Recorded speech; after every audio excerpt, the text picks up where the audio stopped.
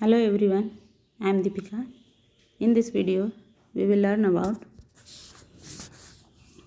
center of gravity and centroid. आज के इस वीडियो में हम सेंटर ऑफ ग्रेविटी और सेंट्रॉयड के बारे में पढ़ेंगे। तो फ्रेंड्स आइए देखते हैं। तो फ्रेंड्स जैसा कि हम सब जानते हैं, कोई भी रिजिड बॉडी है तो वो छोटे छोटे स्मॉल पार्टिकल्स से बना हुआ होता है। बहुत सारे स्मॉल पार्टिकल्स को मिला करके कोई भी रिजिड बॉडी का निर्माण होता है। तो ये जो छोटे छोटे पार्टिकल्स होते हैं उनका भी कुछ अपना वेट होता है। और जैसा कि हम जानते हैं, जब भी हम वेट की बात करते हैं, वेट को डिनोट करने की बात करते हैं, तो हमेशा हम उसे डाउनवर्ड डायरेक्शन में शो करते हैं। ग्रेविटेशनल फोर्स के प्रोपोर्शनल उसे शो करते हैं हम। तो सेंटर ऑफ ग्रेविटी क्या है? जब भी कोई बॉडी का वेट जब डाउनवर्ड डायरेक्शन में शो करते हैं तो छोटे छोटे पार्टिकल्स जो उसमें होते हैं उसका भी वेट हम डाउनवर्ड डायरेक्शन में ही शो करेंगे। तो वेट जो किसी भी रिजिड बॉडी का वेट जब हम लिखते हैं तो वो वेट क्या है? वो छोटे छोटे पार्टिकल्स का जो वेट है उसका एक रिजल्टेंट के तौर पे हम उसे शो करते हैं। एक वेट को, कंसंट्रेटेड वेट जो होता है, उसे छोटे छोटे पार्टिकल्स के रिजल्टेंट के तौर पे शो किया जाता है। तो सेंटर ऑफ ग्रेविटी क्या है? तो वो वेट जहाँ पर एक्ट कर रहा है, किसी भी रिजिड बॉडी का जो वेट है वो जिस पॉइंट पर एक्ट करता है उसे हम लोग सेंटर ऑफ ग्रेविटी का नाम देते हैं। सेंटर ऑफ ग्रेविटी यानी इसे हम ये भी लिख सकते हैं, the point at which the whole weight of body may be assumed to be concentrated, यानी कि वो पॉइंट जहाँ पर उस रिजिड बॉडी का वेट जो है वो कंसंट्रेटेड माना जाता है। तो इसका नाम हम लोग सेंटर ऑफ ग्रेविटी देते हैं। It can be defined as the point through which the whole body of the body whole weight of the body is assumed to act irrespective of the position of a body। मतलब कि वो point जहाँ पर whole weight body का whole wait जो है वो act कर रहा हो, तो उस पॉइंट को हम लोग सेंटर ऑफ ग्रेविटी का नाम देते हैं। जनरली हम लोग सेंटर ऑफ ग्रेविटी को सॉलिड पर अप्लाई करते हैं। जब सॉलिड रिजिड बॉडी की बात आती है तब वहाँ पर हम लोग सेंटर ऑफ ग्रेविटी का इस्तेमाल करते हैं। नेक्स्ट देखते हैं फ्रेंड, सेंट्रॉयड। सेंट्रॉयड जनरली हम लोग प्लेन फिगर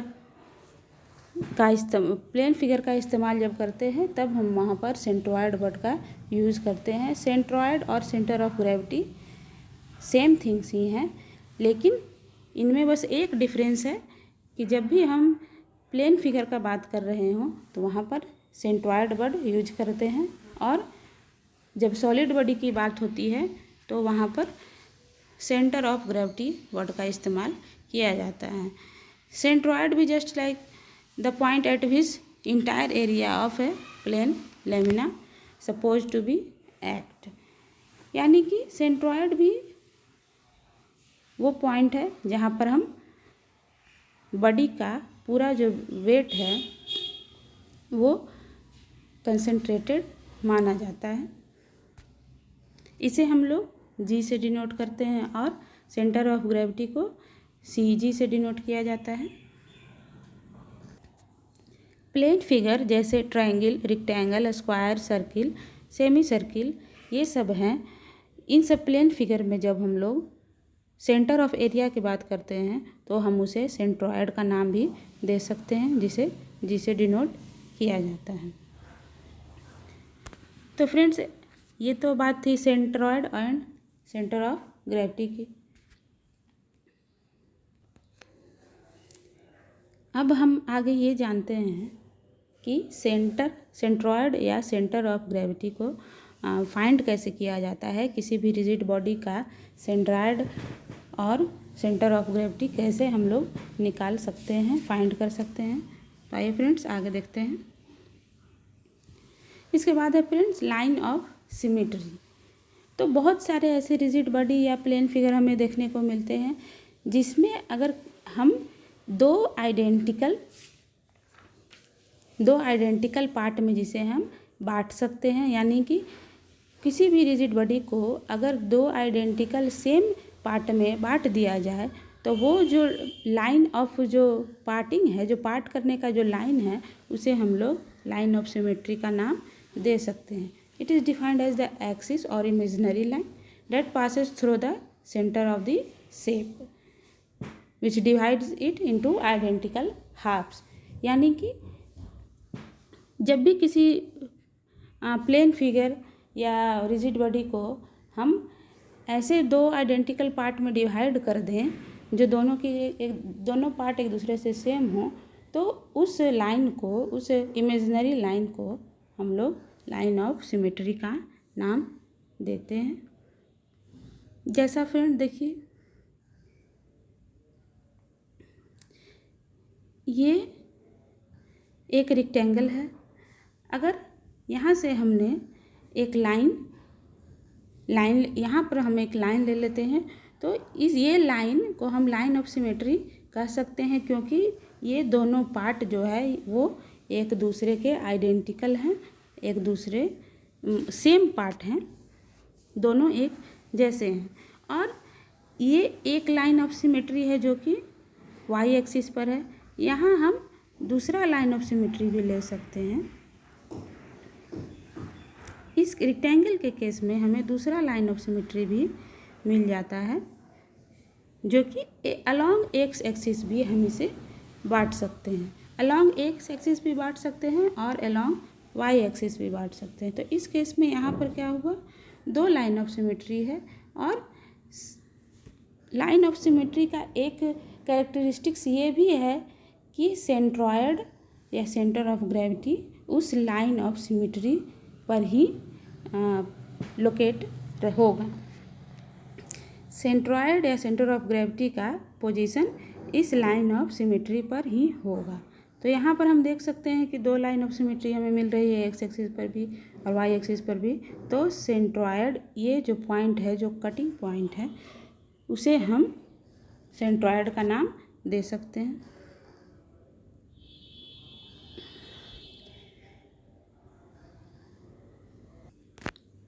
बहुत सारे प्लेन फिगर में जब हम सेंट्रॉयड फाइंड करने जाते हैं तो उस वक्त हमें लाइन ऑफ सिमेट्री का बहुत इम्पोर्टेंस इसमें देखा जाता है। जब भी हम सेंट्रॉयड फाइंड करते हैं तो अगर कोई भी रिजिड बॉडी जिसे हम दो आइडेंटिकल पार्ट में डिवाइड कर सकते हैं तो उसे डिवाइड करके पहले लाइन ऑफ सिमेट्री हमें फाइंड करना पड़ता है। उससे एक आसानी ये हो जाती है कि हमें उस एक्सिस का, वो लाइन ऑफ सिमेट्री अगर एक्स एक्सिस या वाई एक्सिस के अलोंग हो तो उस एक्सिस का पोजीशन हमें मिल जाता है। लाइन ऑफ सेंट्रॉयड का पोजीशन उस एक्सिस पे हमें मिल जाता है। Centroid of plane lies on the line of symmetry if exist. अगर लाइन ऑफ सिमेट्री हमें मिल रही है तो सेंट्रॉयड, उस प्लेन का सेंट्रॉयड उसी पर लोकेट होगा। तो फ्रेंड्स आगे देखते हैं। जैसा कि अभी मैं बता रही थी, एक रेक्टेंगल का एग्जांपल देकर के अभी मैं बता रही थी, यहाँ पर भी वही देख सकते हैं हम लोग। अभी हम लोग टी सेक्शन में देख लेते हैं। बहुत सारे इंडस्ट्रियल सेक्शन, इंजीनियरिंग सेक्शन की हम बात करें तो T section, I section, channel, बहुत तरह के बीम सेक्शन देखने को मिलते हैं मार्केट में, जिसके बात हम आगे करेंगे। यहाँ पर एक हम एग्जांपल ले लेते हैं। जैसा कि ये हम लोग यहाँ पर देख सकते हैं, ये टी सेक्शन है, इसे हम लोग टी बीम के नाम से भी जानते हैं। तो फ्रेंड्स, अगर हमें इसे दो आइडेंटिकल हाफ्स में डिवाइड करना होगा तो हमें क्या करना होगा? क्या हम इसे अलोंग एक्स एक्सिस डिवाइड कर सकते हैं? नहीं। अगर along x axis line of symmetry अगर हम ड्रॉ करते हैं तो हम इसे दो आइडेंटिकल शेप में डिवाइड नहीं कर पाएंगे। लेकिन हाँ, अगर यही टी जो है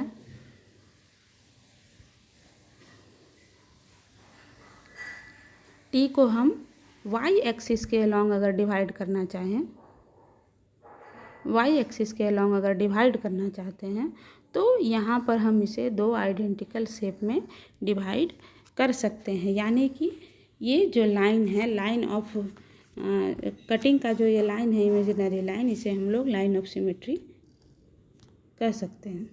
जैसा कि यहाँ पर फिगर में देख सकते हैं, वर्टिकल लाइन ऑफ सिमेट्री, ये जो लाइन है वर्टिकली वो इसे टी सेक्शन को दो आइडेंटिकल हाफ में डिवाइड कर रहा है। तो फ्रेंड, अब हम लोगों ने लाइन ऑफ सिमेट्री के बारे में समझ लिया। आगे अब देखते हैं, नेक्स्ट देखते हैं फ्रेंड्स, कुछ यहाँ पे बेसिक ज्योमेट्रिकल फिगर्स हैं जिनका सेंट्रॉयड हमें यहाँ पर बताया गया है। ट्रायंगल का हम अगर बात करते हैं तो ट्रायंगल का बेस में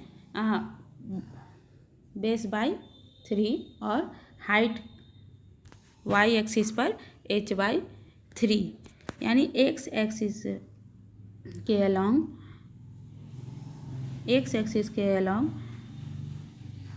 हम अगर एक्स एक्सिस और वाई एक्सिस यहाँ पर अगर हम इसको लिखते हैं तो यहाँ से एक्स एक्सिस से b/3 जितना भी इसका बेस होगा उसका थर्ड पार्ट का डिस्टेंस होगा एक्स एक्सिस पे सेंट्रॉयड का, और हाइट का थर्ड पार्ट का डिस्टेंस होगा वाई एक्सिस पे सेंट्रॉयड का। उसके बाद है स्क्वायर। तो स्क्वायर का जैसा सेंटर ऑफ ग्रेविटी सेंट्रॉयड अगर हमें फाइंड करना हो तो यहाँ पर अभी जैसे हमने पिछले स्लाइड में हमने रेक्टेंगल का एग्जांपल हमने देखा था, तो यहाँ पर भी जस्ट लाइक दो लाइन ऑफ सिमेट्री यहाँ पर हमें मिलेंगे, एक्स एक्सिस पर भी और वाई एक्सिस पर भी। तो जो मिड पॉइंट जो है, जो कटिंग पॉइंट है, वो सेंट्रॉयड हो जाएगा। यानी कि X bar equal to X bar हम कहेंगे एक्स एक्सिस से सेंट्रॉयड का जो डिस्टेंस है उसे हम एक्स बार कहते हैं, और वाई एक्सिस से वाई कोऑर्डिनेट जो है उसे हम लोग वाई बार का नाम देते हैं। तो स्क्वायर के केस में क्या होगा, x bar equal to b/2 यानी हाफ विड्थ का हाफ, ये स्क्वायर हो या रेक्टेंगल हो, विड्थ का हाफ और हाइट का हाफ, इसका एक्स और वाई कोऑर्डिनेट हमें मिले हैं। उसके बाद सेमी सर्किल का यहाँ पर सेंट्रॉयड लोकेट किया जा रहा है। सेमी सर्किल का सेंट्रॉयड का वाई कोऑर्डिनेट होगा 4r/3π और एक्स कोऑर्डिनेट 0 होगा, क्योंकि एक्स कोऑर्डिनेट जो है वो हाफ रेडियस का जो हाफ है, जो रेडियस है उसका, उसी पर एक्स एक्सिस को लिया गया है। हम देख सकते हैं यहाँ पर जितना इसका जो रेडियस है सेंटर से ही एक्स एक्सिस को लिया गया है, इसलिए यहाँ पर एक्स 0 और वाई भी सेंटर से ही क्रॉस, सेंटर को ओरिजिन पॉइंट मान करके ये एक्स वाई कोऑर्डिनेट लिया गया है।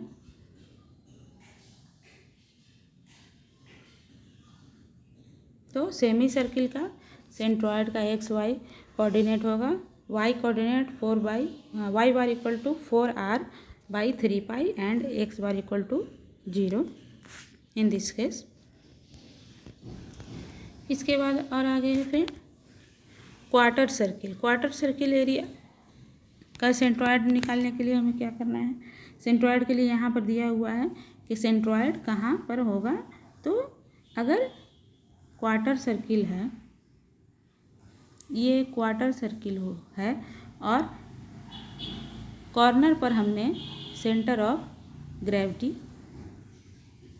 ये हमने एक्सिस हमने कॉर्नर पर रखा है, तो हमें सेंट्रॉयड का कोऑर्डिनेट क्या मिलेगा, तो एक्स एक्सिस पर क्या मिलेगा 4r/3 और वाई एक्सिस पे भी सेम 4r/3, यानी कि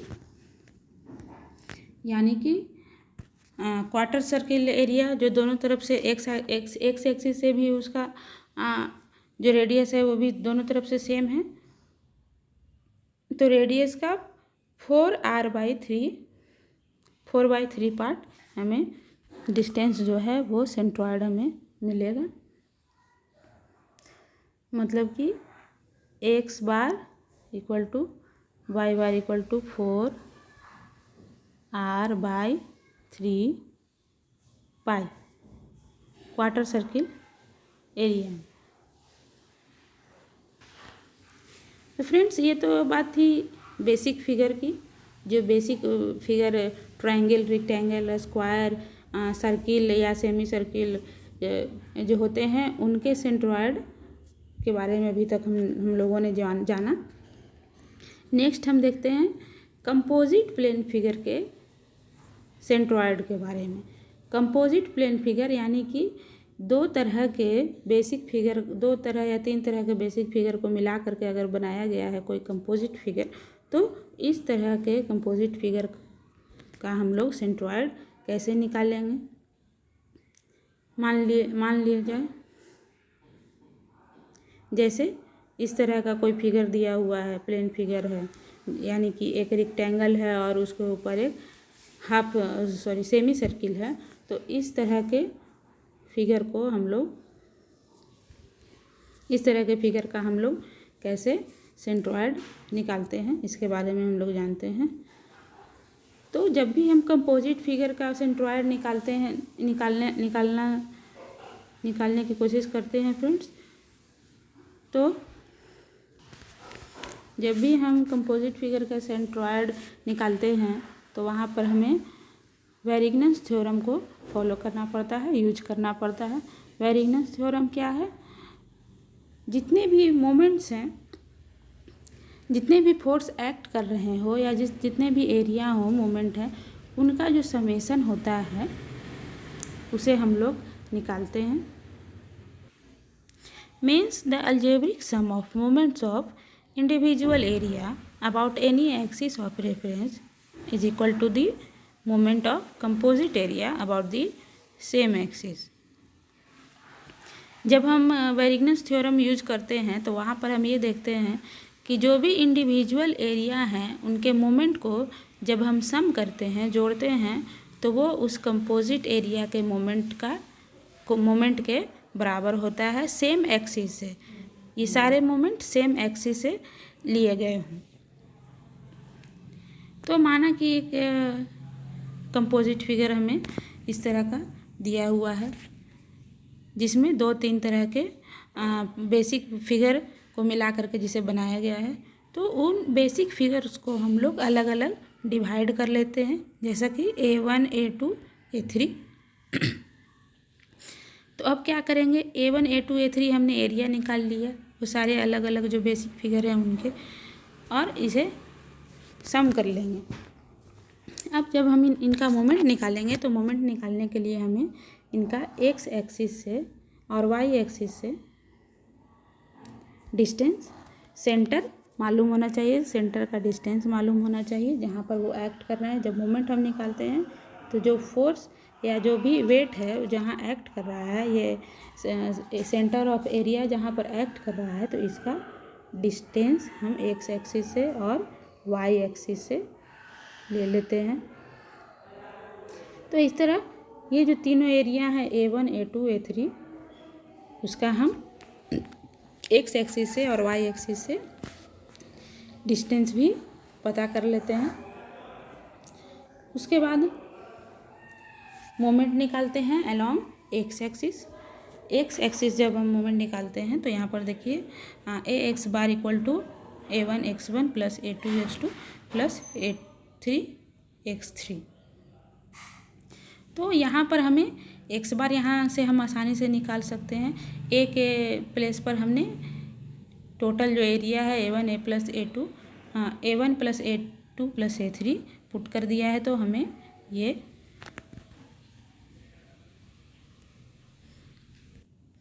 तो यहाँ से हमें x बार मिल जाएगा, यानी कि कंपोजिट फिगर का जो सेंट्रॉयड है उसका x कंपोनेंट मिल जाएगा। इसी तरीके से हम वाई कंपोनेंट में निकाल सकते हैं। A Y bar equal to A1 plus A2 plus A3 Y3। यहाँ से हमें वाई बार यानी कि सेंट्रोइड का वाई कंपोनेंट भी मिल जाएगा। सिंपल वे में कहे तो X bar equal to sigma A X bar by sigma A and Y bar equal to sigma A Y bar by sigma A. कुछ बेसिक कंपोजिट सेक्शन आते हैं, market में available है इंजीनियरिंग कंपोजिट सेक्शन, उसके बारे में भी हम लोग जान लेते हैं। तो फ्रेंड्स ये है चैनल सेक्शन, इसे हम लोग नाम देते हैं चैनल सेक्शन। इसमें सेंट्रॉयड जनरली जो बीम है, जो सेक्शन है उसके बाहर ही आता है, जैसे कि यहाँ पर सेंट्रॉयड बताया जा रहा है। ये है यू शेप बीम और L shape beam, T shape भी बीम होता है, और ये है आई बीम जिसे हम लोग कहते हैं। तो ये नॉर्मली ये सब जो सेक्शन है बीम में वो यूज होते हैं, इस तरह के सेक्शन। तो इस तरह के केसेस में हमें सेंट्रॉयड फाइंड करने के लिए कहा जाता है। तो फ्रेंड्स ये थी बेसिक पॉइंट्स थे सेंट्रॉयड के बारे में। नेक्स्ट वीडियो में हम सेंट्रॉयड फाइंड करने के लिए कुछ न्यूमेरिकल्स एग्जाम्पल देखेंगे। Thank you so much.